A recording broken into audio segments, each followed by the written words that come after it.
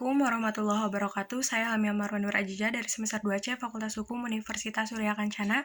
Kali ini saya akan mereview mata kuliah Hukum Pidana pertemuan ke-9 yang telah disampaikan oleh Ibu Profesor Dr. Hajaini Nuraini SHMH beserta asisten dosennya Bapak M. Rendi Aridayandi SHMH mengenai bab 5 yaitu sifat melawan hukum.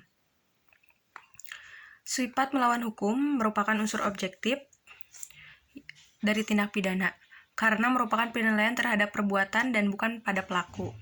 Suatu perbuatan dikatakan melawan hukum apabila perbuatan tersebut masuk dalam rumusan delik sebagaimana dirumuskan dalam undang-undang.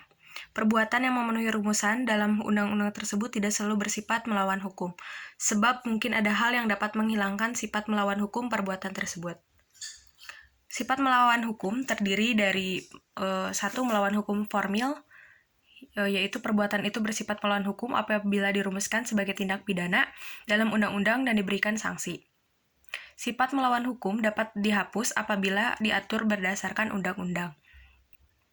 Jadi melawan hukum sama dengan bertentangan dengan undang-undang tertulis.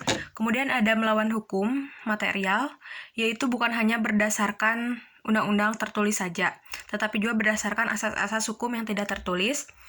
Sifat melawan hukum dapat dihapus berdasarkan undang-undang dan aturan hukum. Jadi melawan hukum sama dengan bertentangan dengan undang-undang atau hukum tertulis dan hukum tidak tertulis. Sifat melawan hukum material terbagi menjadi dua, yaitu dalam fungsi negatif dan dalam fungsi positif.